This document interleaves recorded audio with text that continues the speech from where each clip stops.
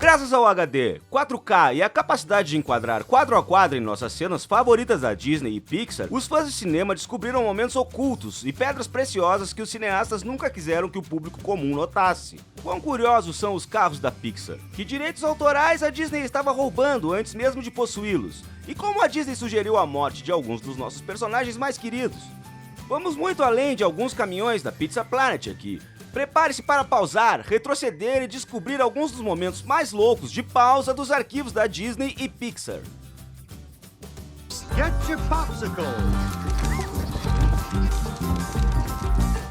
Apesar de criar alguns dos mundos mais vibrantes e personagens familiares, os animadores da Pixar são obcecados com o Iluminado. Mais tarde chegaremos a muitas referências assustadoras do Iluminado, mas vamos começar com Coco. No filme, assista quando Coco percorre o estúdio de arte de Frida. Em uma pintura no fundo, você verá um retrato das gêmeas do Iluminado. Ah, pois é, mesmo em forma animada, essas gêmeas são assustadoras. E esperançosamente, as crianças não as notam o suficiente para perguntar de que filme elas são tiradas. E vamos lançar outro momento. Quando Coco avistar Dante em um beco, confira a esquina. O machado de Jack está preso em um toco de madeira e um tambor vermelho. Red Drum. Soletre de trás para frente. Murder, isso quer dizer assassino em inglês. Ah, assustador, não é mesmo? Se você está se perguntando se Gaston teve a menor chance de sobrevivência após sua queda maciça em A Bela e a Fera, a resposta pode vir do próprio homem. Embora as cópias em VHS tenham mantido as coisas bastante inocentes, os lançamentos em DVD e digital nos dão uma ideia do destino de Gaston. Quando a fera arremessar o homem à sua morte, olhe nos olhos dele. Você não verá a besta olhando maliciosamente, mas sim um par de crânios ameaçadores. Esses crânios deixam as coisas bem claras. Gaston é um grande caso perdido. Hora de terminar as teorias e especulações. Ele não aterrissou na água, e mesmo que aterrissasse, ninguém poderia sobreviver a uma queda daquela altura. Isso aqui não é Looney Tunes. Os tempos mudaram, e infelizmente alguns dos clássicos da Disney apresentam alguns hábitos culturais aos quais desejamos que as novas gerações não sejam expostas. Em 101 Dálmatas, Cruella Cruel é visto fumando repetidamente, mas pelo menos podemos desconsiderar o hábito doentio como outra má decisão de um vilão desatento. A verdadeira questão é como você explica o adorável Peter Pan que fuma em alguns cachimbos duvidosos e sopra fumaça em várias formas. Os momentos de pausa parecem ruins o suficiente, mas as coisas ficam ainda piores se você pressionar play e precisar ouvir a canção What Makes the Red Man Red. Sim, é bastante seguro dizer que essa música não foi tocada nos parques da Disney recentemente. Quando os seres humanos deixam de existir, os carros ganham vida, e os homens gostam de coisas bem adultas. Não apenas vemos Lightning McQueen sendo ovacionado por alguns de seus maiores fãs no início do filme, mas em um piscar de olhos e você sentirá falta do momento em que os animadores entraram. Enquanto passamos por algumas das tomadas da estrada, os carros passam por uma parada de caminhões. Se você olhar além da placa de avisos, verá o nome da área como a parada de caminhão top-down. Quando os carros começam a baixar as capotas, você obtém interiores bem reveladores. Ah, está bem, não há maneira de contornar isso. O filme está fazendo referência a um clube de striptease. Você se lembra dos desenhos animados old school, em que um personagem bate na cabeça do outro e um galo gigante se projeta no local? Bem, o Hércules da Disney tentou criar o mesmo design clássico, com alguns resultados um pouco peculiares. Quando Hércules assume o guardião do rio, um soco enorme faz com que ele voe no ar, caia no rio e sinta a dor de sua própria ferradura batendo no crânio. Bem, o grande galo e sua forma se parecem muito com algo muito diferente de um galo. E as duas formas logo abaixo confirmam o que os animadores estavam procurando. Sério, como eles poderiam desenhar quadro a quadro e não perceber a alusão dolorosamente óbvia de algo que está exatamente abaixo de seus narizes? Se você foi criado na década de 90, havia muitos rumores da Disney que se espalharam. Há toda a cena de poeira sex no Rei Leão, o padre feliz da Pequena Sereia e o desejo de Aladdin de as pessoas tirarem a roupa. Embora a maioria deles tenha sido comprovadamente falsa, há um boato que acabou sendo verdade. Os quadros em flash de uma mulher de topless em Bernardo e Bianca. Pois é, quando os dois ratinhos estão descendo a montanha-russa, as janelas das casas apresentam flashes rápidos de... flashes. Os sorrateiros animadores conseguiram lançá-los em VHS, mas era preciso ter um tempo perfeito, literal, para capturar um momento embaçado. Os lançamentos futuros editam as cenas escandalosas, mas você ainda pode pegar uma versão em fita clássica no eBay, se quiser ter um pedaço um pouco mais, assim, safado da história da Disney. Toy Story foi inovador e atemporal com o uso de animação computadorizada, mas você poderia dizer que definitivamente havia espaço para melhorias, especialmente na maneira como animavam os humanos. Por exemplo, os animadores da Pixar provavelmente não queriam que muitos espectadores parassem as cenas na festa de aniversário de Andy. O motivo? Todos os convidados de sua festa eram clones de Andy. Claro, a cor do cabelo e o tom da pele mudaram, mas era como um mundo inteiro de personagens de Andy todos juntos. A Disney pode ser dona de praticamente tudo sob o sol agora, mas em 1989 eles estavam limitados à sua própria casa do Leme. É por isso que é tão surpreendente ver uma participação especial de outra empresa durante a grande entrada do Rei Tritão no filme. A participação é de ninguém menos que Caco, o sapo. O cara verde senta-se no meio dos outros peixes. Também há Pateta, Pato Donald e Mickey Mouse no meio da multidão. Mas precisamos nos perguntar se as produções de Jim Henson aprovaram a aparição do sapo. Claro, agora é tarde demais, considerando que a Disney também é dona dos Muppets. E com a imagem de Caco livre para usar, podemos aproveitar sua breve participação em Wi-Fi Ralph, quebrando a internet. Procurando Nemo estava cheio de participações especiais, desde que você olhasse para fora do tanque em que Nemo foi jogado. A sala de espera do dentista inclui uma prévia em quadrinhos de Os Incríveis e um brinquedo muito fácil de se reconhecer no chão. Sim, aí está ele, o próprio Buzz Lightyear. Nós apenas temos que saber se desde que esse Buzz Lightyear seja da Austrália, será que ele tem um sotaque australiano? Em Toy Story 3 aprendemos que o Buzz tem um modo espanhol, portanto o modo australiano não estaria muito fora de questão. Como seria legal ouvir Hugh Jackman dizer "Ao infinito e além"? Droga, agora o filme acabou, é por isso que eles não querem que a gente veja. Agora é hora de outro filme da Pixar com outro personagem de Toy Story.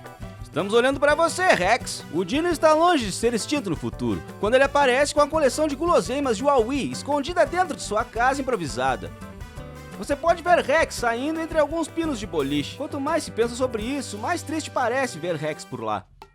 Esse é o dinossauro como brinquedo oficial de Andy? O filme se passa no futuro, então Rex é o último remanescente? O que ele faz o dia todo? Ou talvez ele seja apenas uma pegadinha divertida que analisamos demais. As crianças prestam atenção muito mais do que imaginamos. Caso em questão, o clássico de Natal da Disney, Meu Papai é Noel. A voz do próprio Buzz, Tim Allen, estreou o filme e ouvimos uma ótima frase em que ele menciona um número de telefone para 1-800, Spank Me. Bem, as crianças com acesso a telefones decidiram experimentar o número por si mesmas, e o momento se transformou em muitas tarifas telefônicas para uma linha direta de adultos. Certamente tivemos conversas tensas depois que a conta telefônica chegou. A Disney decidiu originalmente editar o número, mas agora a linha original permanece nos lançamentos em Blu-ray e digital do filme.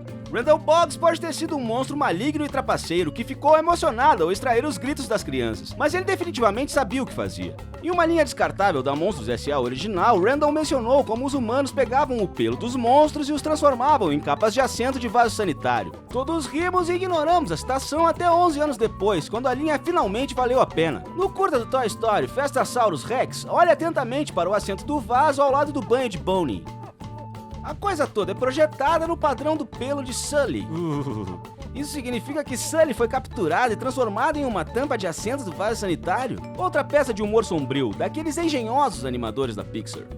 Quando Bela foi forçada a ficar na mansão da fera, ela foi capaz de explorar todos os lugares, exceto a ala oeste. Bem, naturalmente ela encontrou o caminho até a área. E o que vimos não foi bonito. À primeira vista, tudo parece uma grande bagunça. Mas se você olhar mais de perto e congelar a moldura por alguns momentos, verá móveis quebrados, molduras destruídas e pedaços de madeira arranhados. Bem, considerando que outras peças de mobília da casa eram seres humanos sob um feitiço, quem diria que essas também seriam? A fera aparentemente entrou em pânico, destruindo sua própria equipe no processo. Existe uma taxa por homicídio culposo de móveis?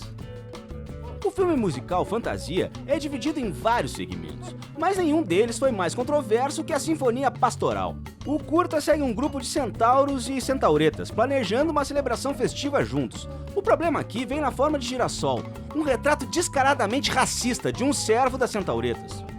Depois de muitas críticas, o lançamento de Fantasia removeu completamente o personagem de Girassol. Mas há alguns momentos em que você pode sentir a presença do personagem. O tapete vermelho se desenrola sozinho, quando na verdade foi Girassol que fez isso originalmente. Além disso, quando um dos cascos das centauretas é polido, a tela é claramente cortada, quando o Girassol deveria aparecer no canto inferior esquerdo. Em Moana, o personagem de Maui recebe todos os seus poderes de transformação do grande gancho que ele carrega. Na cultura polinésia, o anzol em si é conhecido como Manaya Kalani, ou mais simplesmente chamado de linha de peixe do chefe. Bem, não foi a primeira vez que um filme da Disney apresentou o gancho mágico. Se você olhar de perto enquanto assiste Lilo e Stitch, confira o colar que David Caruana usa em uma parte do filme. O colar tem exatamente o mesmo design de gancho que Maui possui. É uma ótima maneira de conectar os dois filmes. E todos nós estamos nos perguntando sobre um possível crossover de Stitch e Moana. Quando Frozen estreou, todos estavam falando sobre o momento em que Rapunzel e Flynn aparecem em Arendelle. Bem, há outro pequeno momento em que foi ainda melhor. Estavam indo para o Trading Post de Oaken para a cena. Olhe atentamente no balcão da frente, onde Oaken está sentado. Há uma coleção de figuras de madeira.